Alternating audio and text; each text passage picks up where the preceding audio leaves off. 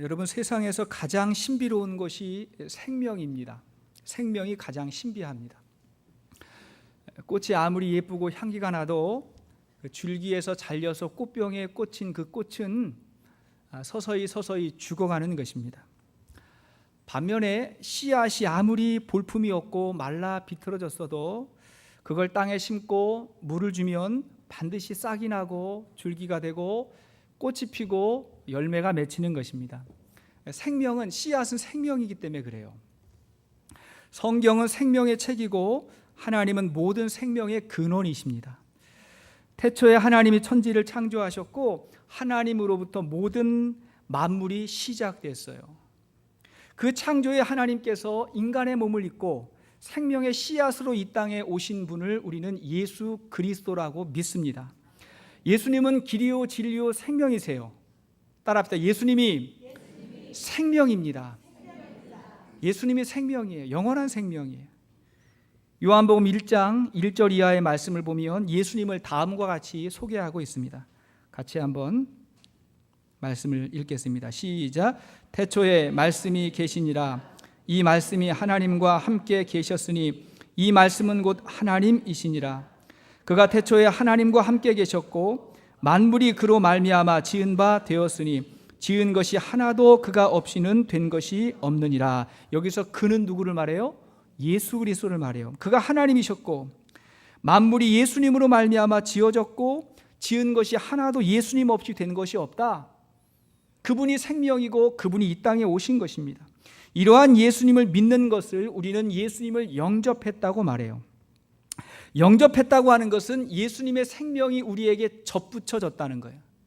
그의 생명이 나에게 임했다는 것입니다. 그렇게 참 생명이신 예수님을 우리가 영접하면 그분의 생명이 나의 생명을 대체하는 것입니다. 그분의 생명이 나에게 심겨져서 그것이 자라나게 되는 거예요. 우리는 그걸 구원이고 영생이라고 말합니다. 오늘 본문 13절 말씀을 보니까 13절에 뭐라 그랬어요? 자, 시작.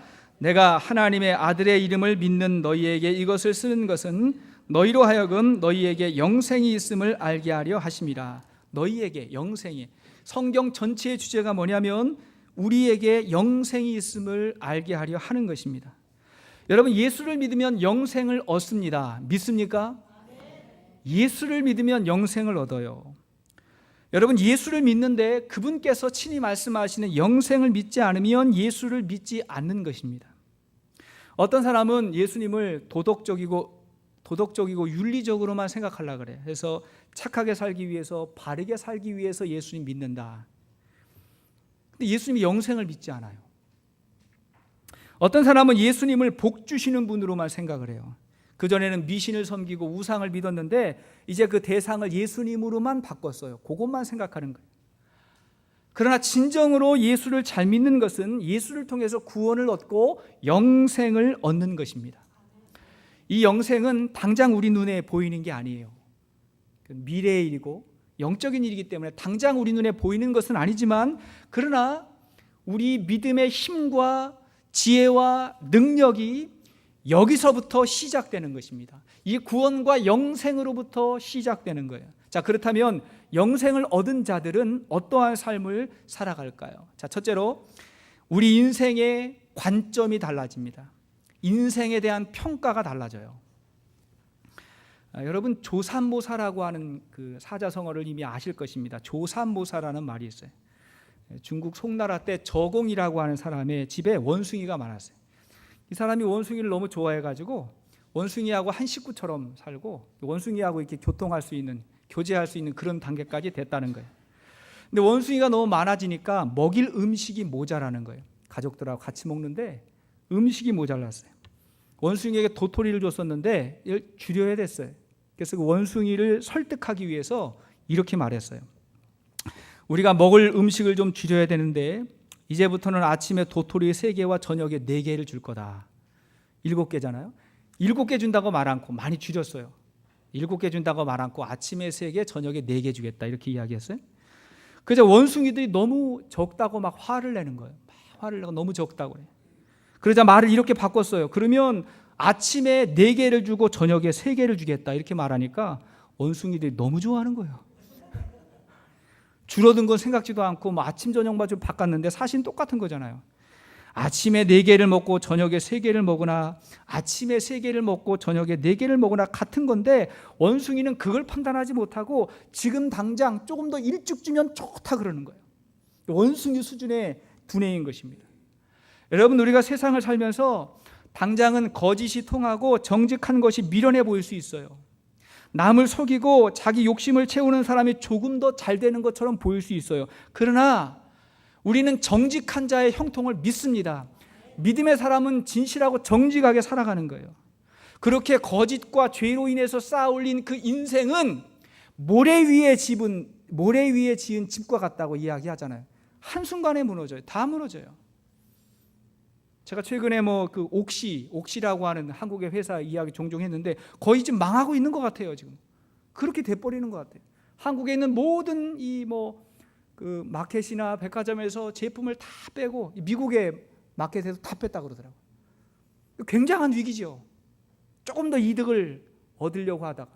근데 이런 일들이 주위에 계속해서 벌어지지 않습니까? 그러나 혹시라도 이 세상에서 해결되지 않는 문제가 있다면 저는 그게 다가 아니라고 생각합니다. 하나님 앞에서 평가받는다고 저는 믿습니다. 우리는 영생을 믿잖아요. 하나님 앞에서 그때 드러나게 되는 거예요. 그래서 우리가 이 세상만 보고 인생의 성공과 실패를 논할 수가 없습니다. 행복과 불행을 논할 수가 없습니다.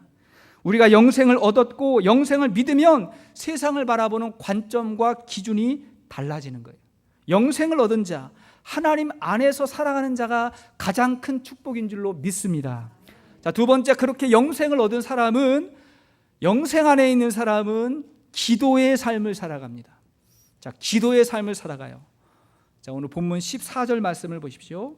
14절 시작. 그를 향하여 우리가 가진 바 담대함이 이것이니 그의 뜻대로 무엇을 구하면 들으심이라. 자, 예수 믿는 사람에게 담대함이 있습니다. 그것은 우리가 기도하면 예수님이 들으신다는 거예요. 그분이 아신다는 거예요. 말씀을 보니까 그의 뜻대로 무엇을 구하면 들으심이라. 듣는다고 하는 게 무슨 말이에요? 응답하신다. 주님이 응답하신다는 거예요. 여러분, 기도가 무엇입니까? 영원하신 하나님과 연결되는 거예요. 영원하신 하나님과 대화하는 거예요. 영원의 세계를 경험하는 것이 기도입니다. 여러분, 기도는 영생을 얻는 자들에게 주어진 특권입니다. 우리가 할 수 있는 거예요. 자, 마태복음 18장 18절 이하의 말씀을 보십시오. 마태복음 18장 18절 이하의 말씀을 보니까 시작. 진실로 너희에게 이르노니 무엇이든지 너희가 땅에서 매면 하늘에서도 매일 것이요 무엇이든지 땅에서 풀면 하늘에서도 풀리리라. 진실로 다시 너희에게 이르노니 너희 중에 2사람이 땅에서 합심하여 무엇이든지 구하면 하늘에 계신 내 아버지께서 그들을 위하여 이루게 하시리라. 2-3사람이 내 이름으로 모인 곳에는 나도 그들 중에 있느니라. 자, 무슨 말일까요?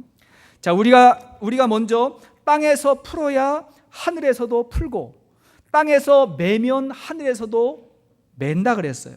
다시 말하면 땅에서의 행동이 하늘의 행동보다 앞선다는 거죠. 그죠? 앞선다는 거예요. 자, 그렇다면 하늘에서 하나님께서 풀거나 매고 싶은 일이 있어도 땅에서 먼저 그렇게 하지 않으면 기다리신다는 거예요. 하나님 기다리세요. 하늘이 땅의 지배를 받는다. 놀라운 이야기 아니에요? 하나님의 일들이 땅의 일들의 지배를 받는다는 거예요. 자, 그러면 하늘을 지배하는 땅의 원리가 뭘까요? 뭘로 하는 거예요? 뭘로 풀고 뭘로 매는 거예요? 기도예요. 기도를 말하는 거예요. 19절 다시 보십시오. 진실로 다시 너희에게 이르노니 너희 중에 2사람이 땅에서 합심하여 무엇이든지 구하면 하늘에 계신 내 아버지께서 그들을 위하여 이루게 하시리라. 너희가 먼저 구하면 하나님이 이루게 하시리라. 여러분, 영생의 개념을 아는 사람이 기도가 가능해지는 것입니다. 깊이 있는 기도의 삶을 살아가는 거예요. 근데 여기서 중요한 것이 뭐냐면 그의 뜻대로 무엇을 구하면 들으심이라 그랬잖아요. 누구의 뜻대로? 그의 뜻대로 구하는 거예요.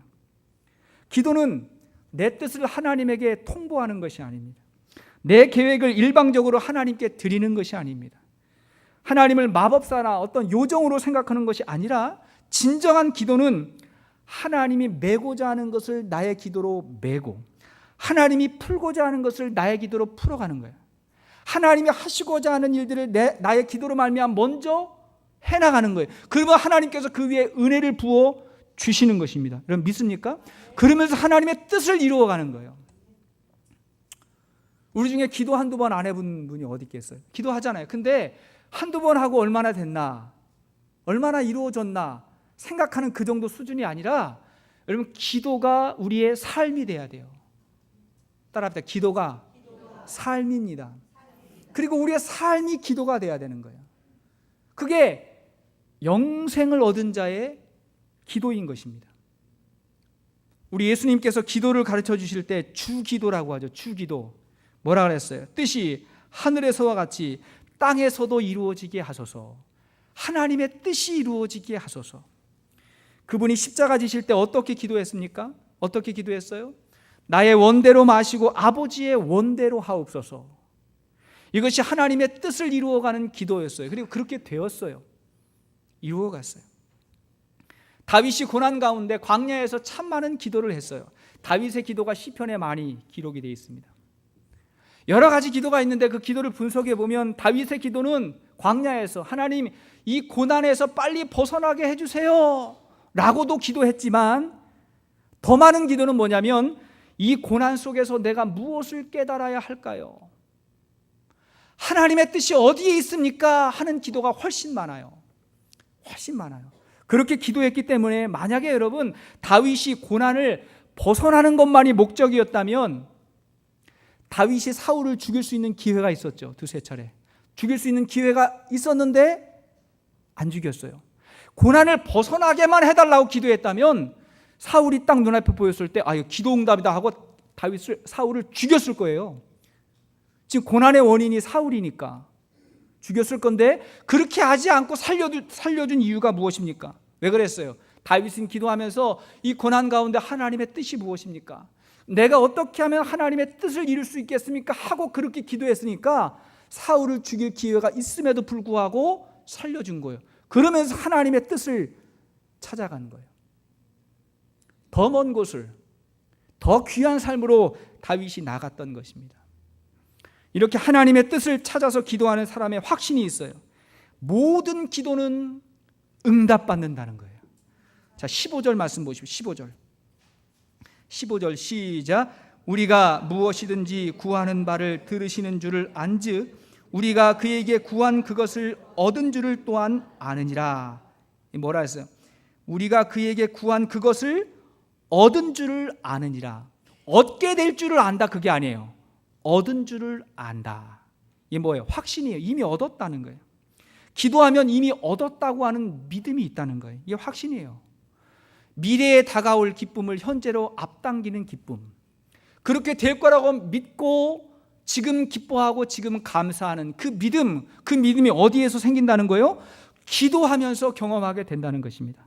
우리가 기도할 때 이미 영원하신 하나님께서 들으셨어요.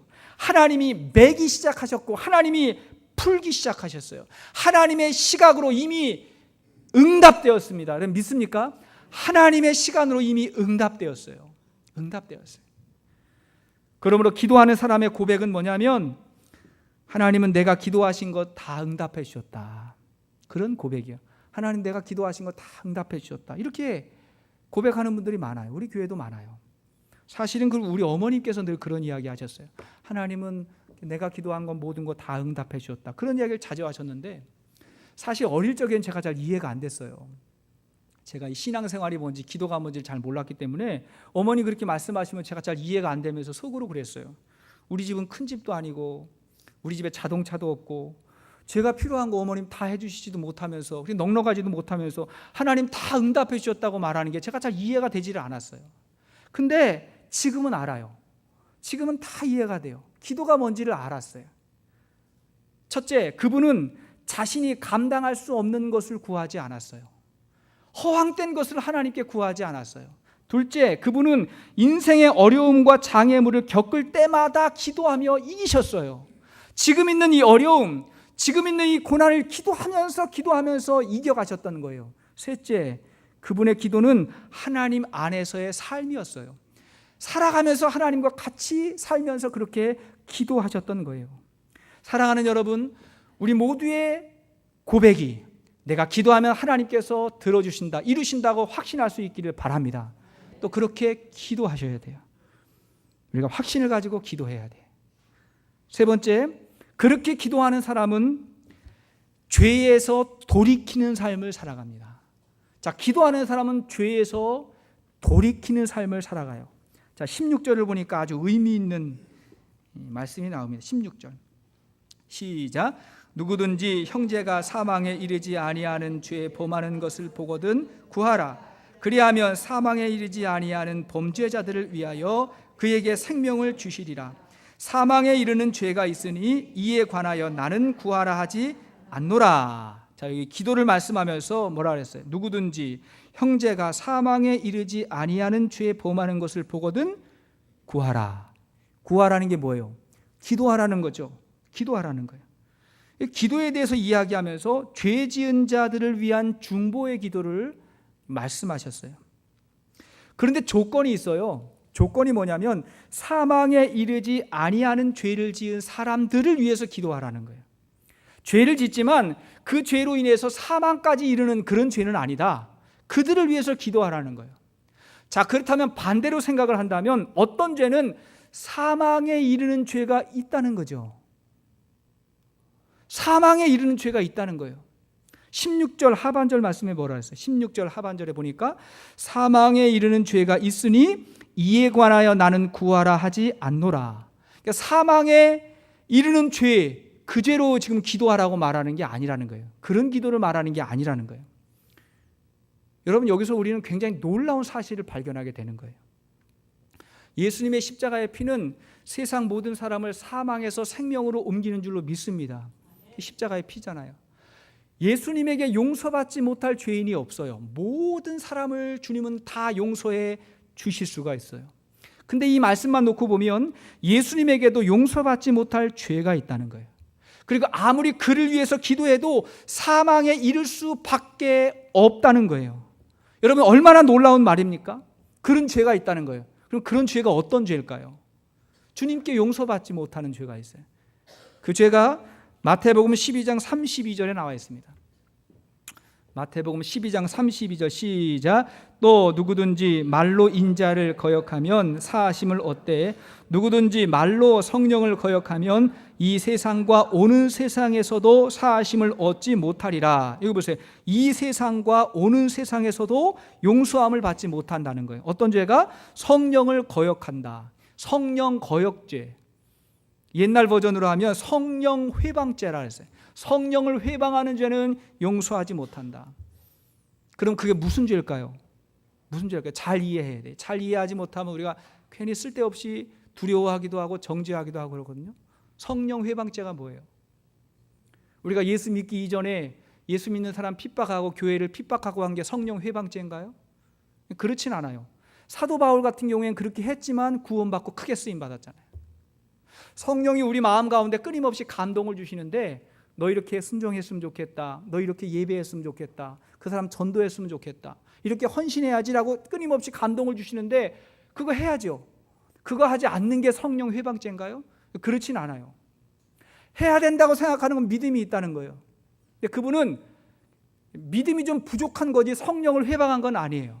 자, 여기서 말하는 성령 회방죄는 뭐냐면 복음을 분명히 들었는데 예수를 영접하지 않고 믿음을 버린 사람들을 말하는 거예요. 믿음의 자리에서 떠난 사람들. 이런 사람들은 예수님도 어떻게 하실 수가 없어요. 그잖아요. 어떻게 할 수가 없어요. 여러분, 성령이 하는 가장 중요한 일은 예수님을 소개하고 하나님 믿게 하는 일이에요. 그런데 예수님을 영접하지 않고 하나님 믿지 않으면 하나님이 구원해 주실 방법이 없어요. 그때까지는 방법이 없는 거예요. 회개하지 않는데 어떻게 용서해 줄 것이며 믿지 않는데 어떻게 구원해 줄 수가 있겠어요. 그러니까 베드로 같은 경우에는 베드로가 예수님을 부인했지만 모른다고 부인했지만 그러나 다시 회개하고 돌아왔을 때 용서해 줬어요. 그러나 가룟 유다 같은 경우에는 예수님을 배반하고 떠났어요. 떠났는데 어떻게 구원이 있겠어요? 돌아오질 않았어요. 그렇게 죽었어요. 자살했어요. 어떻게 그가 구원받을 수가 있겠어요? 그런 경우에는 용서하고 싶어도 할 수가 없다는 거예요. 구원받을 수가 없어요. 그러므로 여러분, 예수님을 믿지 않는 사람들을 위한 가장 시급하고 중요한 기도는 그들이 예수를 믿고 구원에 이르도록 기도해야 되는 것입니다. 가장 중요한 기도예요. 가장 중요한. 물론 우리의 가족, 형제들을 위해서 기도할 때 다른 것들을 위해서도 기도할 수 있겠죠. 그럼 가장 중요한 게 뭐냐면 그의 구원을 위해서 기도해야 되는 거예요. 구원을 위해서. 어떤 분들이 기도 제목을 주시는데 우리 아들을 위해서 기도해 주세요. 아들 사업도 잘 되고 건강하고 좋은 가정생활을 이루게 기도해 달라고 기도 제목을 주세요. 근데 그러면 제가 묻잖아요. 어떻습니까 아들이? 신앙생활 잘해요? 아니요, 예수 안 믿어요. 그럼 제가 생각할 땐 제일 중요한 기도 제목이 뭐예요? 예수 믿고 구원받게 해주세요. 이 기도가 가장 중요한 거 아니에요? 예수 믿고 구원받아야 하나님이 그분과 관계가 있고 그때부터 하늘의 복을 주시는 것이지, 그건 뭐 관계없고 세상에서 일만 잘 되게 해주세요라고 말한다면 그게 뭐예요? 아직은 물론 그 영혼이 앞으로 어떻게 될지 모르겠지만 성령을 회방하는, 아직 성령을 받아들이지 않은 그런 상태에 있다는 것입니다. 여러분, 우리가 사랑하는 자들을 위한 가장 중요한 기도는 그 영혼의 구원을 위한 기도하실 수 있기를 바랍니다. 그가 구원받고 그리고 하나님의 은혜와 축복 가운데 거하게 되는 것입니다. 자, 오늘 본문 16절의 말씀은 그런 죄가 아니라면 그를 위해서 뭐 하라고요? 기도하라고요. 그를 위해서 기도하라 그랬어요. 이 말이 무슨 말이냐면 예수를 믿어도 죄를 지을 수 있다는 것입니다. 그죠? 그러나 죄를 지었으면 반드시 회개해야 된다는 거예요. 그게 예수 안에 있는 사람의 삶이라는 거예요. 여러분, 이단 가운데 구원파가 있어요. 구원파라고 하는 이단이 있는데 그들은 말해요. 사람이 한 번 구원에 이르면 모든 죄가 사해졌으니 다시 회개기도 안 해도 된다, 이렇게 말해요. 이 구원은 영원한 거니까 회개기도 안 해도 된다, 이렇게 이야기하는데 성경은 그렇게 말하지 않아요. 구원받지 못했기 때문에 하는 회개가 아니라 죄 가운데 있는 사람들이 그 죄에서 돌이키고 벗어나기 위한 회개를 하게 되는 것입니다. 여러분, 예수 믿어도 죄 지을 수 있고 시험에 빠질 수 있어요. 그러나 기도해야 돼요. 그리고 그런 사람들을 위해서 기도해 줘야 돼요. 18절 말씀 보십시오. 18절 시작. 하나님께로부터 난 자는 다 범죄하지 아니하는 줄을 우리가 아노라. 하나님께로부터 나신 자가 그를 지키심에 악한 자가 그를 만지지도 못하느니라. 자, 이 말은 구원받으면 죄를 절대로 짓지 않는다라고 하는 그런 말이 아니에요. 이 말의 의미는 뭐냐면 계속해서 죄 가운데 머물러 있지 않는다, 그런 말이에요. 정말 구원받았다면 계속해서 그 자리에 머물러 있지만은 않는다는 거예요. 죄 짓고도 당연하게 여기지 않는다는 거예요. 그래서 우리가 조심해야 될 말이 뭐냐면 예수를 믿는다고 어떻게 죄 안 짓고 살 수 있어? 이렇게 하는 거예요. 이 뉘앙스를 아시죠? 예수 믿는다고 어떻게 죄 안 짓고 살 수 있어? 이 말은 뭐냐면 그걸 합리화시키는 거예요. 괜찮다는 거예요. 그러나 예수 믿어도 죄 지을 수 있지만 그러나 죄 가운데 벗어나야 돼. 하나님 앞에 회개해야 돼 라고 말하고 고백하는 그 고백이 예수님 안에서 살아가는 사람의 고백이라는 것입니다. 할렐루야. 할렐루야. 기도하는 사람은요, 같은 죄를 반복해서 짓지 않습니다. 똑같이 죄 짓고 회개하고 똑같이 죄 짓고 회개하고 똑같이 죄 짓고 회개하고 이렇게 기도하지 않아요. 조금이라도 달라진 걸 가지고 하나님께 감사하고 하나님께 기뻐하고 자기를 돌아보는 거예요. 여러분, 저 같은 경우에도요, 기도하지 않으면 세상에서 제가 제일 의로운 것 같아. 기도하지 않으면 세상에서 제일 착하게 사는 것 같아. 그러나 기도의 자리에 딱 앉으면 그때부터 회개가 시작이 되고 그때부터 얼마나 내가 부족하고 연약하고 교만한 사람인지 그게 보이는 거예요. 기도하지 않으면 안 보여요. 예전에도 제가 들었던 이야기인데 굉장히 오래된 이야기예요. 제가 집에서 이제 교회에 이제 출근하면서 아침에 나오면서 사소한 일로 아내하고 말다툼을 했어요. 목사도 가끔 말다툼할 때가 있어요. 가끔씩. 그냥 말다툼을 하고 이제 별일 아닌데 그냥 이제 얼굴을 붉히고 나왔어요. 교회에 오는 내내 몇 분 되지 않는 거리인데 막 괜히 서운한 마음이 들고 막 불편한 마음이 들고 막 그런 나를 이해 못 해주는 아내에 대한 여러 가지 복잡한 마음이 막 들었단 말이에요. 서로 들었겠죠. 서로 막 들었어요. 막 복잡해가지고 교회 와가지고 그 다음에 본당에 와가지고 요 앞에 딱 앉아가지고 딱 기도하는데 주여 하는데 드는 생각이 뭐냐면 아이고 이 쫀쫀아.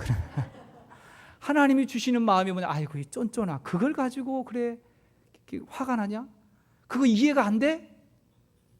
그거 용서가 안 돼? 그 아픔이 느껴지질 않냐? 그런 마음을 탁 주시니까 앉아가지고 회개했다니까요. 회개했어요. 그리고 이제 가가지고 이렇게 손을 내밀고 그러는 거 아니에요? 기도하지 않으면 몰라요. 내가 제일 의롭다니까요. 한국 교회에 굉장히 온유하고 아주 이렇게 존경을 많이 받는 분의 책 가운데 그런 고백이 있더라고요. 그분이 이렇게 이야기하는 거예요. 그분이 이제 어릴 적 자라면서 마음속에 굉장히 분노가 많고 화가 많았어요. 그런 경우 있잖아요. 분노와 화가 많았어요. 그러다가 이제 이분이 이제 목사님이 되셨고 목회도 곧잘 하셨어요. 그럼에도 불구하고 마음에 분노와 화가 있었어요. 모든 일이 내 뜻대로 안 되고 내 마음대로 안 나면 화가 나잖아요. 그러면 이 교회에 여러분들이 있는데 목회자가 성도님들에게 화낼 수 없잖아요. 그럼 누구에게 화내요? 부목사님들, 전도사님들, 그죠? 교역자들끼리 서로 막 화내고 막 그냥 지적하고 막 그랬다는 거예요. 근데 어느 날 그 교회 여자 전도사님이 목사님에게 그러더래요. 이 목사님에게, 목사님, 저는 목사님이 무서워요 그러더래요. 저는 목사님이 무서워요. 이 얘기를 딱 듣는데 그 이야기가 그냥 흘려듣는 게 아니고 딱 꽂혔어요. 목사님이 무서워요? 그 얘기를 딱 들었는데 이건 뭐가 잘못됐지. 목회자가 무서우면 되나? 좋아야지. 그죠? 행복해야지. 무서우면 되나? 뭐가 문제가 하고 하나님 앞에 기도를 했대요. 하나님 앞에 열심히 기도했는데 하나님께 이렇게 얘기한 거, 하나님, 저는 목회를 잘해야 되고 그런 사명을 하나님이 주셨는데 내 마음대로 안 되고 교회가 내가 보니까 정말 형편이 없고 정말 내 계획대로 되는 게 하나도 없는 것 같은데 그럼 누구 보고 이야기합니까? 제가 그걸 잘하라고 이야기한 거예요. 잘하라고 이야기한 거예요. 하나님께 그렇게 이야기했더니 하나님이 주신 응답이 뭐냐면, 그래, 그것도 이해가 되는데 너는 항상 기뻐하고 범사에 감사하라고 하는 내 말에 순종하지 않았지 않냐. 그런 음성을 딱 주시죠. 항상 기뻐하고 범사에 감사하라고 그렇게 설교하고 그렇게 가르쳤는데 그러면 성도들은 똑같은 상황이 아니겠냐? 마찬가지야. 기뻐하고 감사해야 돼. 이런 마음을 주셨다는 거예요. 그런 마음을 받았음에도 불구하고 또 하나님께 또 얘기해. 하나님, 그래도요. 하나님, 그래도요. 이건 세상 일이 아니고 하나님 일이잖아요. 혹 세상 일은 대충 할 수 있어도 하나님의 일은 그렇게 할 수 없어요. 정말 최선을 다해서 해야 되고요. 그렇게 가르쳐야 돼요. 안 되면 혼내야 돼요. 그렇게 또 하나님께 기도했더니 하나님 주신 응답이 뭐냐면, 그래? 그러면 그래서 잘된 일이 뭐가 있냐 그러더래요. 그럼 네가 화내가지고 잘된 일이 뭐가 있냐? 네가 화를 냈으면 그 다음부터 화낼 일이 줄어들어야 되는데 화를 내니까 화낼 일이 더 많아지지 않냐? 그래요, 하나님. 네가 화를 내면 그러면 사람들이 더 잘 사역을 하고 그래야 되는데 관계가 틀어지고 사람들하고 멀어지니까 더 잘 안 되지 않냐? 그래요, 하나님. 그래요, 하나님. 맞아요. 먼저 감사하고 먼저 기뻐하는 삶을 살겠습니다. 하나님 앞에 그렇게 회개하고 기도했다는 거예요. 여러분, 기도하지 않으면 절대로 이 정도의 회개가 나타날 수가 없어요. 여러분들이 누군가를 미워하거나 서운한 일이 있고 답답한 일이 있을 때 그걸 가지고 내 마음과 내 생각만 이렇게 주장하지 말고 하나님 앞에 그 문제를 가지고 기도할 수 있기를 바랍니다. 그럼 반드시 나에게도 문제가 있다는 걸 알게 돼요. 그걸 고쳐가면 그도 변화돼요. 내가 변화되면 그가 변화되고 가정이 변화되고 교회가 변화되는 줄로 믿습니다. 저는 우리 교회 성도님들의 기도가, 특별히 대표 기도가 많이 바뀌었으면 좋겠어요. 지금도 은혜롭게 하지만 많이 바뀌었으면 좋겠어요. 죄짓고 회개하고 죄짓고 회개하고, 지난주도 작년에도 재작년에도 5년 후 10년 후에도 똑같은 패턴으로 하는 그런 기도가 아니라, 오늘 왕은주 집사님 기도가 얼마나 은혜로워요. 앞으로 나가는 기도를 하잖아요. 앞으로 나가는 기도. 하나님, 지난 한 주간도 치열한 삶의 현장에서 살았습니다. 여전히 부족한 부분이 있지만 그래도 믿음으로 승리했습니다. 변화됐습니다. 하나님, 앞으로 더 큰 승리가 있도록 함께 해주세요. 내가 순종할 테니 하나님 도와주세요. 라고 하나님 앞에 변화된 모습을 가지고 감사하며 기도할 수 있는 저와 여러분들 될 수 있기를 주의 이름으로 축원합니다. 그렇게 기도하셔야 돼요. 말씀의 결론을 맺겠습니다. 여러분, 이 말씀 가운데 굉장히 중요한 건 뭐냐면 16절 말씀을 다시 보세요. 16절 보니까 누구든지 형제가 사망에 이르지 아니하는 죄에 범하는 것을 보거든 어떻게 하라고요? 구하라. 죄에 범하는 것을 보거든 기도해라, 이거죠. 죄에 범하는 것을 보거든 정죄하지 말고 기도하라. 누구의 실수와 허물을 보거든 정죄하지 말고 기도하라는 거예요. 여러분, 흔히 사람들은 누군가의 죄와 실수를 보면 어떻게 합니까? 기도부터 하시나요? 아니면 소문부터 내시나요? 그의 실수, 그의 죄를 봤어요. 여러분, 그걸 가지고 기도해요? 아니면 비난하고 소문을 내요? 지금 하나님의 말씀은 뭐냐면, 하나님께서 이 사도 요한을 통해서 주시는 말씀은 제발 기도부터 하라는 거예요. 제발 그런 부족함과 허물을 보거든 하나님 앞에 기도부터 하라는 거예요. 교회 안에는 두 종류의 사람이 있어요. 두 종류. 첫째는 남을 칭찬하고 격려하고 세워주는 것을 좋아하는 사람. 자꾸 세워줘요. 그러면서 자기는 겸손하게 낮춰요. 이런 사람이 있는 반면에 남을 비난하고 판단하고 깎아내리는 것을 좋아하는 사람이 있어요. 그러면서 자기가 높아지기를 원하는 거예요. 비난과 정죄는 교만입니다. 자기가 높아지기를 원하는 거예요. 근데 지금 뭐라고 하나님 말씀하시냐면 그렇게 하지 말라는 거예요. 제발 공동체 안에서 형제와 자매의 실수와 허물이 보이거든 기도해 주라는 거예요. 기도해 주라는 거예요. 혹시라도 우리 교회 안에서, 목장 안에서 누군가가 이랬어요 저랬어요 그렇게 이야기하면 우리는 이렇게 말하는 거예요. 기도부터 하셨나요? 따라합시다. 기도부터 했나요? 그 사람 위해서 기도부터 하셨나요? 왜 따라 안 하세요? 사실은 우리 목장교회를 하니까, 목장을 하다 보니까 오픈을 하고 우리 어려움들도 이야기하고 실수 허물을 다 보잖아요. 다 이게 서로가 알려고 하는 거거든요. 알려고 하면 그를 위해서 기도하면서 섬겨주면서 변화될 수 있도록 이끌어주는 게 그게 제자의 삶이지, 그걸 들었다고 이쪽에서 이야기하고 저쪽에서 이야기하고 그러면 절대로 안 된다는 거예요. 제발 기도부터 하라는 것입니다. 기도해야 돼요. 여러분, 하나님이 가장 좋아하는 기도가 무엇일까요? 아직 구원을 모르는 사람에게는 구원을 위한 기도를 하는 거예요. 그가 구원받도록 기도하는 것입니다. 혹 믿음이 있다고는 하나 죄와 실수와 허물이 많은 사람들에게는 다시 믿음의 자리로 돌아오라고, 그리고 그가 더 성숙해지도록 우리가 기도해 주어야 되는 것입니다. 그것이 하나님의 뜻대로 하는 기도고, 그렇게 하나님의 뜻과 하나님의 나라와 의를 먼저 구하는 그런 삶, 그런 기도자에게 하나님께서 모든 것을 더해서 축복해 주시는 줄로 믿습니다.